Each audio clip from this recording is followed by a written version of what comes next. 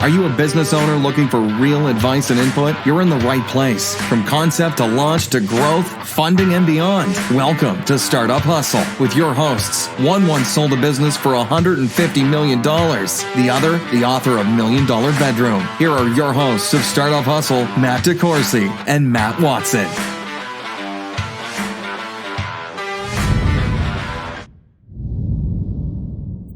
And we're back. Another episode of Startup Hustle. Matt DeCoursey here with Matt Watson. Hi, Matt.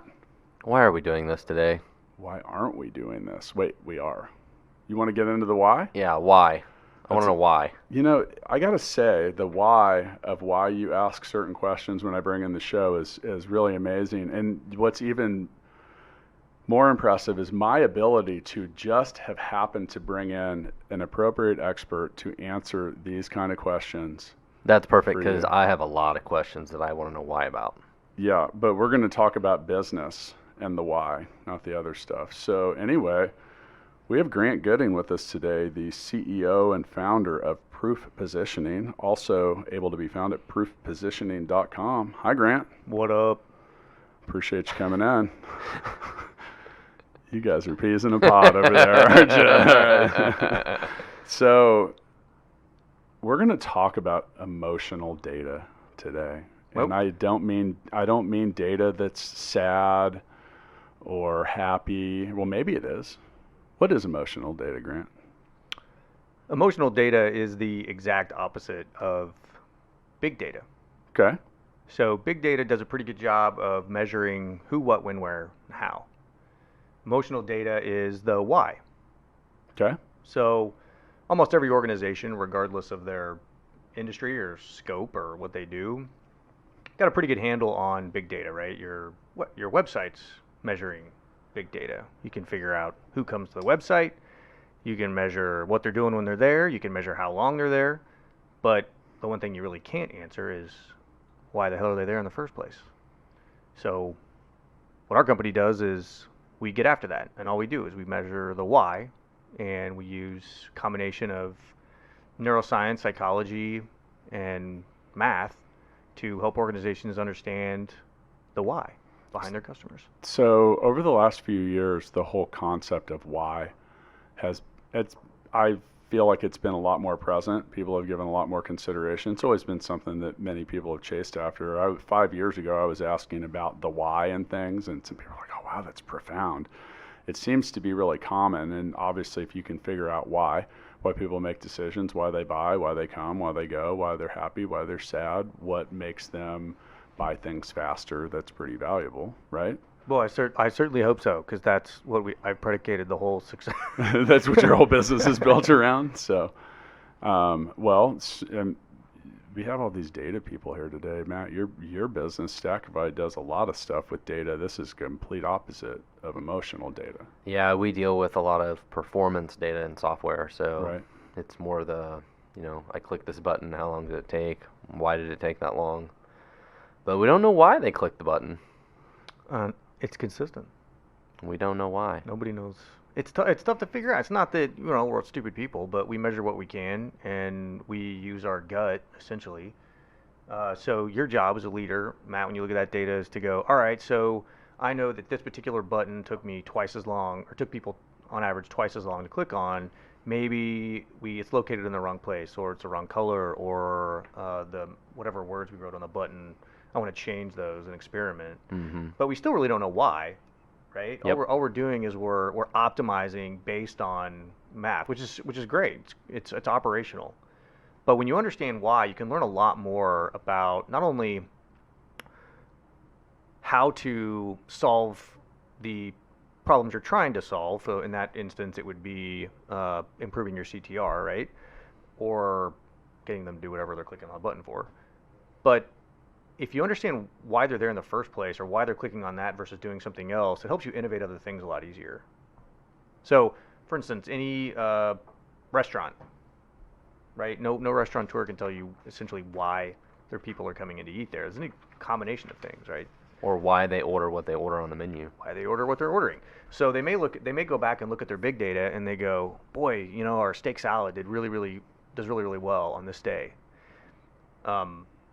and so, hey, we need to make more steak salad. Well, what they probably should have done if they would have understood the motivation behind that is because they need to get a small ribeye, right, during lunch. People wanted the steak; they didn't really want the salad. So, but it's hard to really figure that out unless you kind of unbound yourself from measuring the known quantities of your business. So how do you figure it out? I mean, how do you go about that? The art of decision making is and the science of it's got a lot of components. I mean, there's a lot of weird things. You know, before we started recording, I was talking to Grant and I was talking about the way that people look at discounts. So then an example was I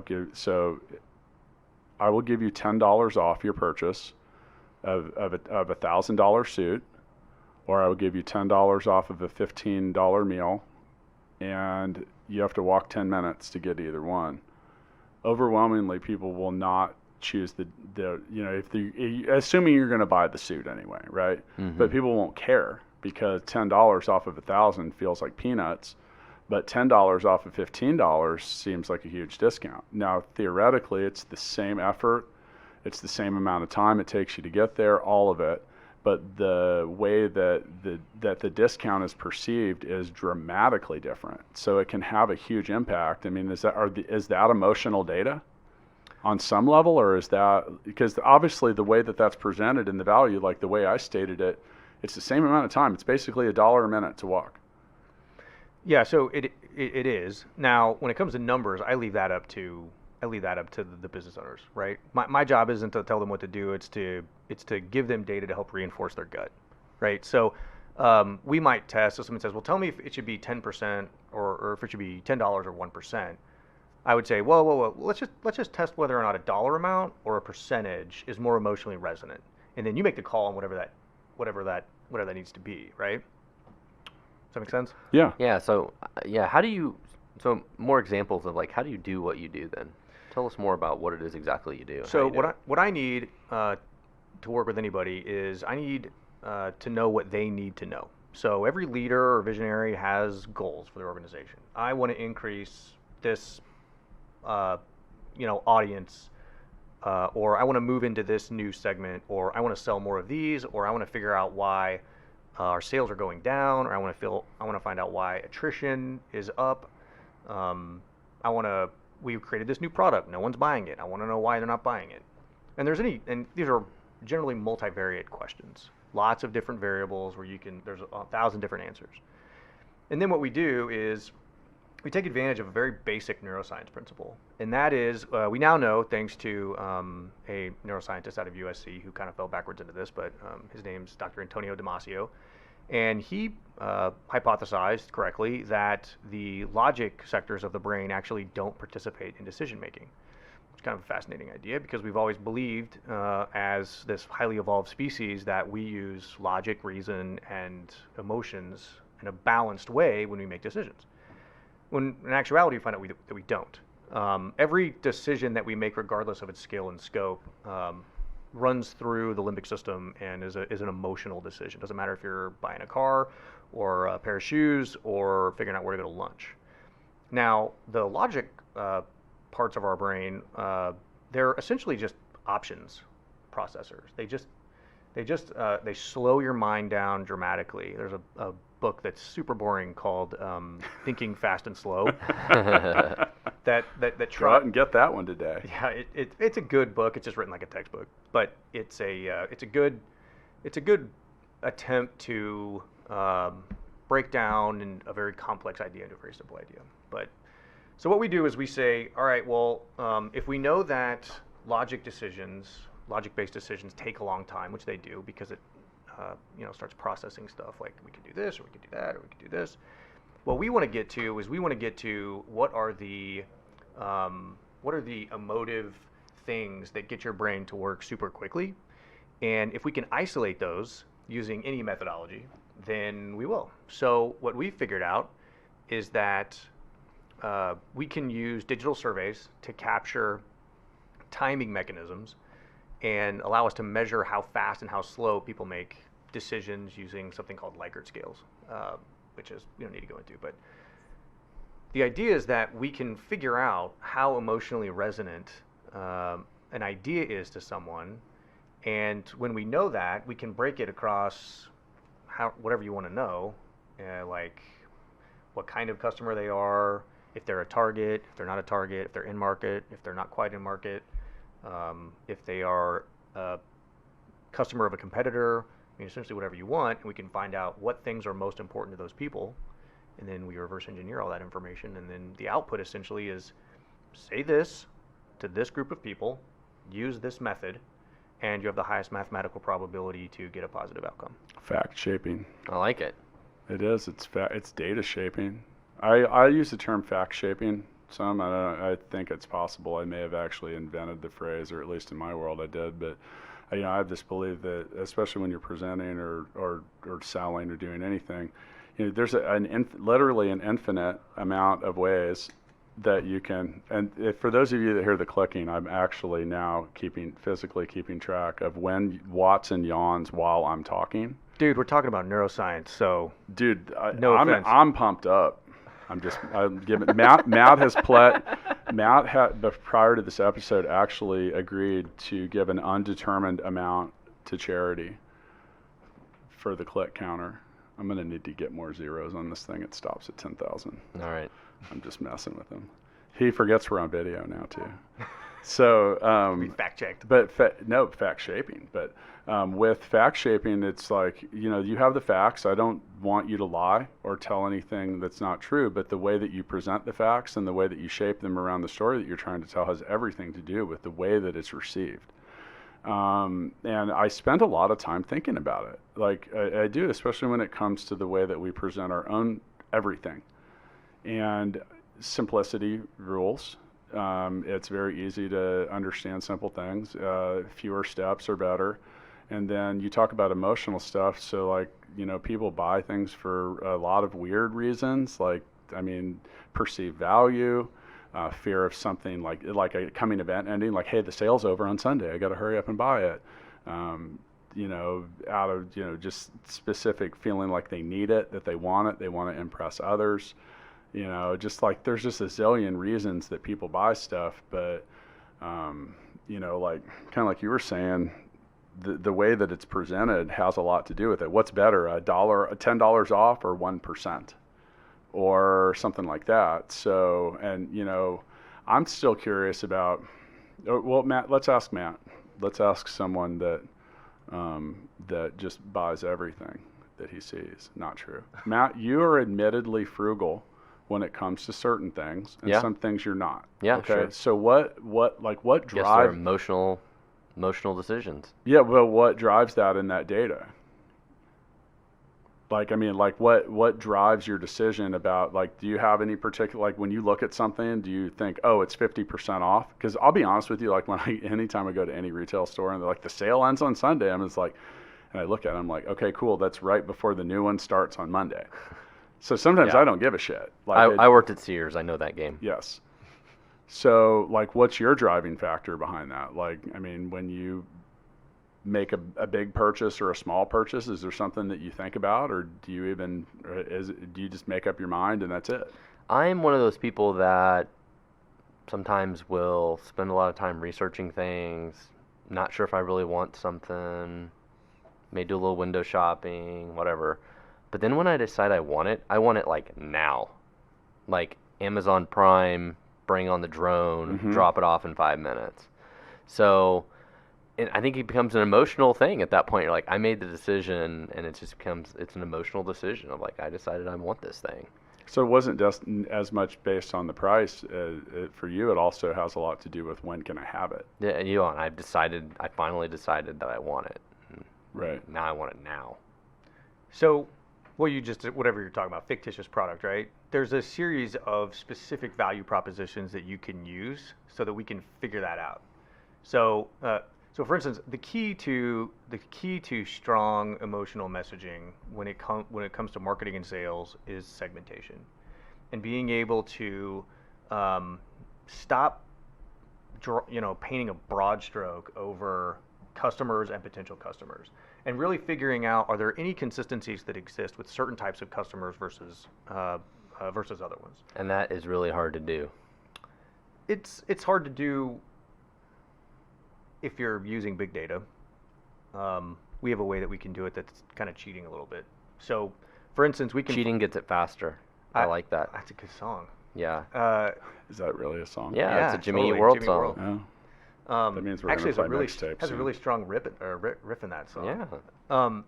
Anyway, so like, yeah, what we do kind of is cheating in some ways. But so, for instance, we might be able to figure out how fast speed of delivery is to a particular customer, and then use all the other value propositions that we say as a company, right? So if you're picking out a pair of shoes, right, the ability, a level of customization, what brand it is, whatever, and then we can figure out, all right, well, which of these things is which of these things are most emotionally resonant relative to each other.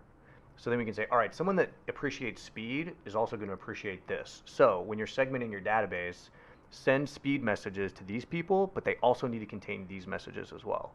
And if you do that you're hitting all those emotional triggers. Okay, so what are some of the strongest emotional triggers that, I mean, are there some overwhelmingly winning things? So what we found is that businesses are incredibly unique. A lot of times they're more unique than they give themselves credit for. So a bank is really unique, even though people will consider banks to be almost commodities at this point. But a lot of businesses, like people, have their own personality, they have their own language, and like people gravitate to those institutions for specific reasons. So there's really no easy answer for anyone. If there was, somebody would already figured this crap out and they'd have scaled it and they'd be bajillionaires. But they're not, because every business is different. And because of that, we have to adjust. So every deal we have to do is custom, because we can't just give them a white paper and say, oh, you're a software company, then do these things. We find that the customers of that software company or whoever they have their own nuance thing that they gravitated towards, their own emotional thing that this organization's doing that maybe they haven't even figured out a way to communicate or quantify that well. And the hardest part for any business is when they think their customer is everybody. That's like the sign of death, dude. Yeah. A few years ago, right before we started building GigaBook, I was like, wow, and anybody can use this. And then I immediately realized, I was like, oh shit, anybody could use this.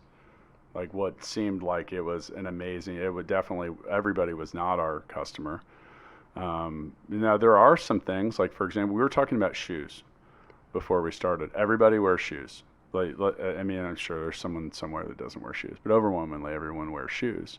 So if you're a shoe manufacturer, technically everyone is your potential client, but they're nowhere close. So like we were talking about your shoes before, there's a select number of people that would buy those for what specific reasons. And then that's like, you talk about when I think about emotional purchasing, I think about the word hype, because when things are hyped up, like I'm wearing a pair of Yeezys right now, and they were hyped. They're like really expensive if you buy them on the secondary market. But why? Like they're the same exact shoe, but a different color than the same ones I have that didn't have as much hype around them. So but hype is a powerful thing. I don't know do you guys actually have a data category for hype? Nope. Because but it's, you know what I'm talking about though. It's real. Yep. It's like whatever gets someone, like the Cabbage Patch Kid when we were kids. That was hyped. That was a hyped up. Probably one of the first things I remember. Like, what's something you remember that's had a lot of hype around it? Like the Beanie Baby. Oh yeah. Or whatever. So Matt, you have a lot of Beanie Babies? My mom did for sure. Oh my God, tons of them. He's actually has a Swiss bank account it's nothing but Beanie Babies. Beanie Baby cryptocurrency. Yeah. That probably exists. I wasn't supposed to say that, but yeah. But so that when I think about emotional purchases and I've seen it because I've seen people like waiting outside of a store to buy sneakers like a day and a half before they open, and stuff like that. I mean, is there even any way to wrap your arms around why the fuck people do that? Well, clearly that's not That's not the logic brain working, right? Yeah. And so the idea is being able to, so first of all, when I said businesses are unique, it's because they're visionaries and their founders are unique, right? So there are certain things that are important, Matt, to you. You can't just say Matt in this room, dude. No, This is a limited room. yeah, it's a problem we're solving. So Watson, you're like, Yeah. you figured it out. You have your own predispositions, right? You like speed, you like research, you like certain kinds of products, and there are certain things you don't care for. Your organization is going to essentially follow suit. Can't help it, right? Organizations take on the personalities of their founders. Even great big companies, right, that have like where the founders aren't there anymore, they still kind of follow a lot of those principles because those are the things that made them successful in the first place.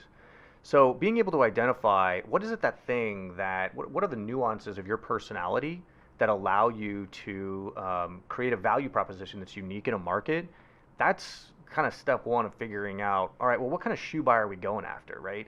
Because if we want to do limited runs because Matt likes doing Watson likes doing limited runs. I don't like to run at all. Like doing limited walks of shoes. Limited edition. There you go. That's how you shape Limited those facts. edition. Limited edition. Yeah. So then you get to figure out like, all right, well, obviously we want to attract like-minded people, and what are the things about those limited? I can't remember what the hell we called it. Limited edition. What are the things? What are the value propositions around those a scarcity model, right?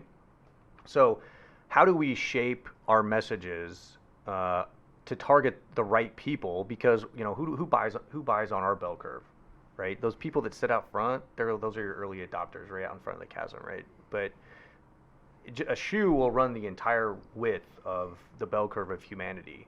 But figuring out where your company lies in that bell curve is like, if you don't know, then you don't have a good company. Sure. So if my company wanted to engage your services and do this, what exactly does that process look like? We need to know what you need to know first. But that's the problem, is I don't even know what I need to know. Yes, you do. I need to know who's going to buy my product. You have. Well, there you go. That's a good one. So we say, we generally say for the sake of simplicity. But you could figure that out you have 1,200 customers in 60 different countries. You have if you can't figure it out based on that, you need more than Grant, right? Well, I mean, we've looked at that kind of stuff before, and we start to look at certain industries, certain size companies, different firmographic, demographic information. They are kind of all over the place for you. But yeah, it's all over the place, so it becomes challenging. That's because I firmly believe, for the sake of philosophy, that demographics are coincidences. So very rarely would we ever tell somebody, you need to go target males between the ages of 30 and 39. That's an irresponsible recommendation. Interesting. Because a demographic is not a person, right? People are unique entities, and if you can only classify them using basic demographics, that's kind of not all that challenging to do. But I mean, if you're trying to get people to go to Monster Jam, I mean, there's a certain demographic more likely to go to Monster Jam than JoJo, whatever her name is. JoJo Siwa? Siwa, right? She, it's a did different find her demographic, unicorn isn't it? once again. Well, that's fair, but again, is it just a coincidence? Or if you said, listen, males between the ages of 30 to 39, let's go to Monster Jam, right? You have to figure out what the emotional drivers are behind that particular demographic. Crushing things. They're coincidences. Crushing things with monster trucks is a strong driver. But you can figure out what you need. Every good leader, even bad leaders, have things that they want to figure out in order to take the organization to the next level.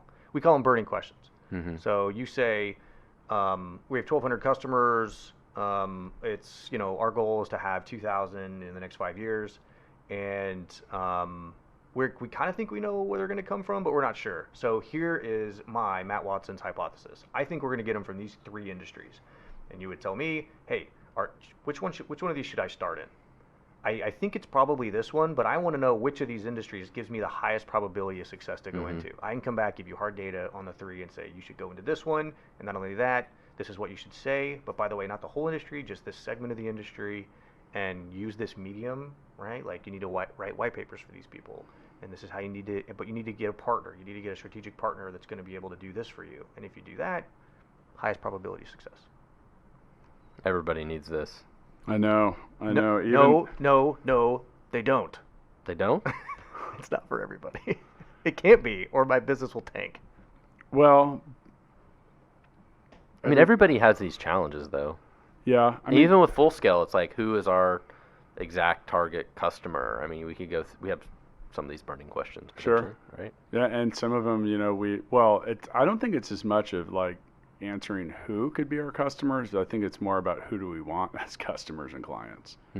Because we have a pretty wide swath of people that we've done business with in the short amount of period that we've been open, and we've realized that certain types of businesses and the stage that they're at are much more likely to grow as accounts. They have lower maintenance. I mean, that's been that's our new client onboarding that we're doing is all around that. Like, if you have someone, do you have a product owner, a lead developer, a product manager, someone like that on staff? If the answer is no, then your likelihood of success might be a lot lower. So this is something we kind of do a lot now. We're starting to do more of. We've done quite a few now, but so from a sales perspective, being able to break down the decision makers in a process, who's a decision maker and who's an influencer, and then being able to break those people into pieces and say, all right, well, so let's say that you have two potential targets. I forgot what you said already, Matt, like IT developer or a project manager or whatever. Product manager, a technical lead, or a product owner. Okay, so those are three. A product owner would just be like an entrepreneur that has an idea that wants to build it. But the point is do you have someone that is going to give feedback to the team that you're ultimately going to be in charge of? Right. So there's three people, and what would be super nice is if you knew which of those people had sole decision-making authority, and to what extent, and then being able to break down, well, yes, but these other two roles are influencers, but only to this extent. And if you use these messages, like these are the things that are most important to your influencers, and these are your most important things to your decision maker, being able to manage linearly that communication chain just now became a mathematical process. Instead of like having to rely on salespeople to kind of just read the room and do their best, but arming them before they go in to a meeting and say, all right, the project lead's in the room and an IT manager's in the room. Now, say this to the IT manager, and if he changes the subject, come back to it, right? And if the whatever, I can't remember the other one, the project lead or whatever is in the room, say this to him, and you're essentially done. Like, you should be talking about kids and golf after that or whatever, right? It's cheating. Yeah, that's not really cheating. It's kind of cheating. It sounds more efficient if I don't have to talk to someone for 2 hours. You realize what it is you do here, right? Yeah. Yeah. Why? Here on the podcast, or just why? Here at Full Scale, or I mean just in general, because the answer is not always present. And on that, we're going to play Mixtape. All right. Because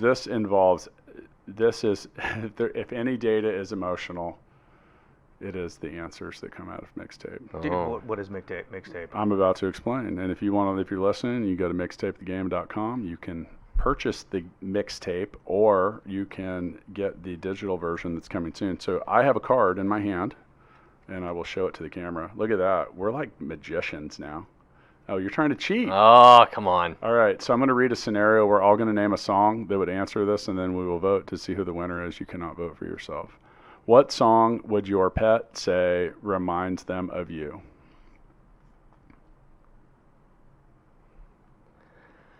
Wow. It's kind of a tough one, man. I'm going to go with What Would the Fox Say?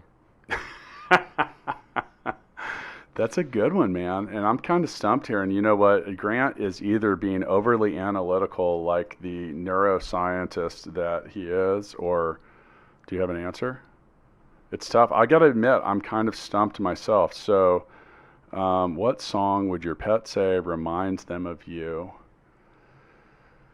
Oh, wow. Do you have an answer? Because I'm honestly stumped. Dude, that's a really hard. I know. First of all, coming up with a song about something about yourself. I mean, I also don't have a pet. Well, that's exceedingly hard for you. I know, but I had one. I've had some at one point. I'm going with Who Let the Dogs Out. Oh, Who? that's a good one. Who let the dogs out? It's hard not to think of a dog-themed song, Yeah. which is like just a total Do you bias. know anyone? Do you know any dog things? You cats would work. Do you know a song about fish? It's got to be about me and my relationship with my dog that I love very much.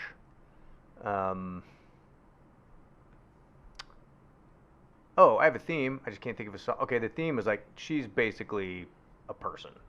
So like, let's see, a song that's basically like. We're gonna have the first 3-person stalemate here, because we're gonna end up voting for. Well, he would have the decision-making vote. You could. I mean, I don't know what kind of authority you have around here, but you could I have none. pick another card. I don't even work here. That's hard. I don't even work here. I'm gonna have Grant vote for us. Okay, I'm gonna vote for we're Who gonna- Let the Dogs Out. You are? Yeah. Well, then he's got who he can either. So just who are you leave voting it at a for? Stalemate. Well, actually, you just solved the stalemate.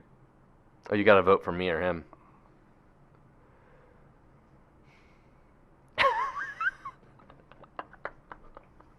This is an emotional decision. I'm gonna vote Who Let the Dogs Out as well. All right. Woo! DeCoursey wins. Man, that was a challenging version of Yeah. Mixtape. That was brutal. See, and that's why the digital version is going to be better than the card game, because it will give you some options. It'll give you some selections. Is this a local? I feel like I've Yeah, heard of this though. yeah. Is this a Joel local? Johnson. Yeah, we partnered with him on this. Everyone loves Mixtape. Have What- you played drinking? No, I'm not opposed to that, and we may do that later. Should we do that on the show? Yeah, we should definitely play this Like drinking you sometime. have to take a shot if your song Oh, loses. jeez. What? I'm not a heavy drinker, man. I wouldn't have a heart. I'm gonna be trashed. So let me ask you a question. First off, go to proofpositioning.com, check out what Grant does, and the science behind decision making. And I think that book I was talking about earlier was The Art of Clarity. I think that's what it's called. And I've read about half of it, but it's got 100 different scenarios as to why we make decisions, or why not. And that's where I got that example of the discount. And there's a lot of different things with that. I mean, typically as someone with a sales history, there's a lot of driving factors. I mean, a lot of it is sometimes about savings and value. I mean, you look at so much about modern society, it's driven by a need to look good, feel rich, look skinnier, taller, sexier, whatever. I'm really talking about you, Watson, right now. Mm-hmm. So, but yeah, I mean, those are driving factors. I think this is just a really fascinating science. And here's the thing, Grant, like, is anybody ever actually right about this? Like, Well, I mean, isn't it all somewhat still subjective on some level? I mean, it is purely subjectivity. All we do is we help to categorize and, understand mathematically what the most appropriate form of action is for a business, right? You have limited resources and you need to maximize the amount of revenue you generate from the least amount of effort, right? So this is a way to do that and do it confidently. Part of the challenge around this is everybody's got ideas, right? Like there's no shortage of ideas or things to do. Oh, we should do this or we should do that. Well, if you really don't have a lot of data behind the idea, as far as if it's going to be adopted, how long do you drive down that road before you go, okay, dude, we should seriously stop and back up and like reset and find a new path?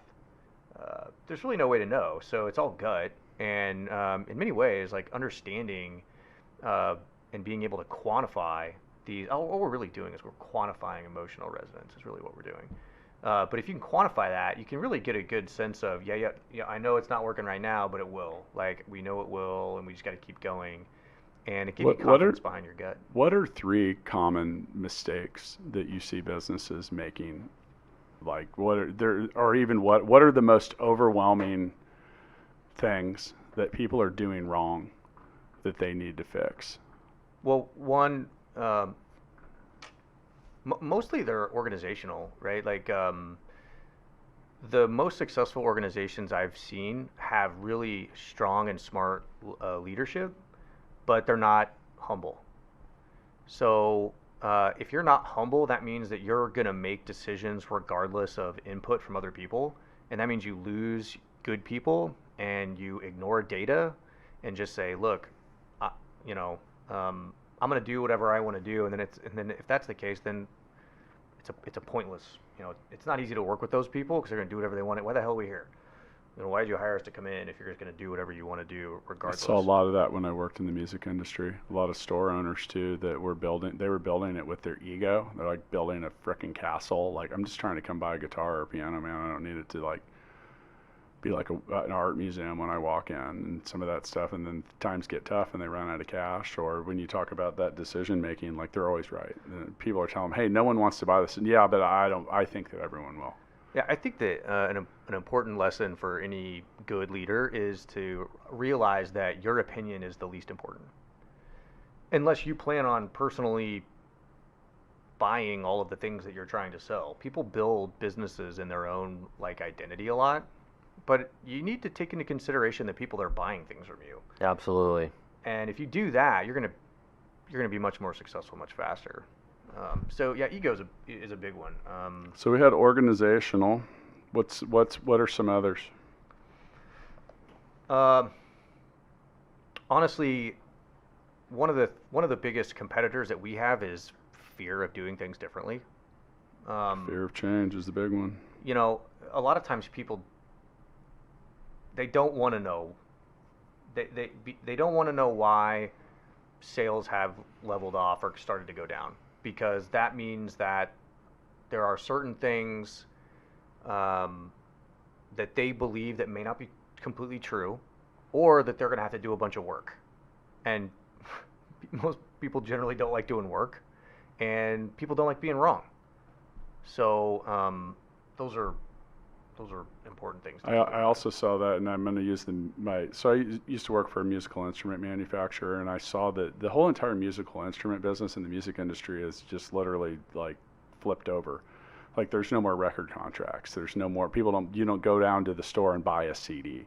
The same thing with musical instruments occurred. Like, you know, half of musical instrument retailers gone. They're gone. The Amazon, you know, and different stuff affected that. And I literally, in the last couple of years, and it's been 10 or 12 years since I did this, but going into stores and, you know, like, hey, you guys need to change. You know, 12 years ago, not everyone had, I mean, the internet was still pretty young. I mean, as far as e-commerce went, and, you know, say, hey, why don't you have a website? And they're like, oh, I don't need that. I've got the yellow pages. And I'm like, no, you really do. Like, you need to put yourself in places where people are looking for what you're selling. Why wouldn't you do it? Oh, I just don't need that. We've never had one, and we're not going to need one. And I use the yellow pages.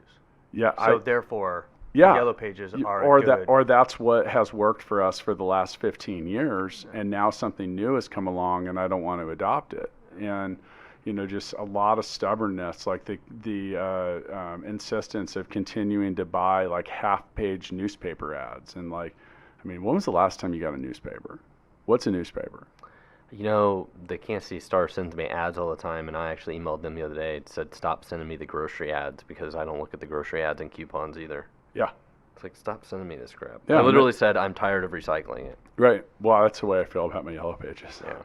So I heard a comedian one time say that, thank you for this portion of the internet that you have printed off for some reason. Yeah, I mean, and that's true. But, you know, that fear of change, you know, changing in general is tough for anybody. And, you know, I started my book, Balance Me, by saying that. I'm like, if you're not willing to change and you're not willing to admit that you're probably your own biggest problem, just put this book back, because it can't help you. You won't enjoy it, and there's nothing in here for you. You know, just like, go put it back, because those are the things. And I think with most businesses, well, that fear of change is pretty big. And sometimes that fear of change drives it doesn't, kind of. It fully drives your personnel decisions, your advertising decisions, your hiring decisions. And then, you know, so many, like, I've just seen so many people they just like, hey, the ship is headed towards the rocks. And maybe if I cover my eyes, it'll turn itself in a different direction and that island will disappear. And then it just happens. Or you get to the point of critical mass where turning it around is just not a structural reality. It's not going to happen. Mm-hmm. So, and that's really, the fear of change drives so many things. I mean, that's why people do so many things. Like when you know it's not good for you, but you just keep doing it because it's normal or it's convenient or it's easy or whatever. So anything else on there? Last one I would say probably is that price.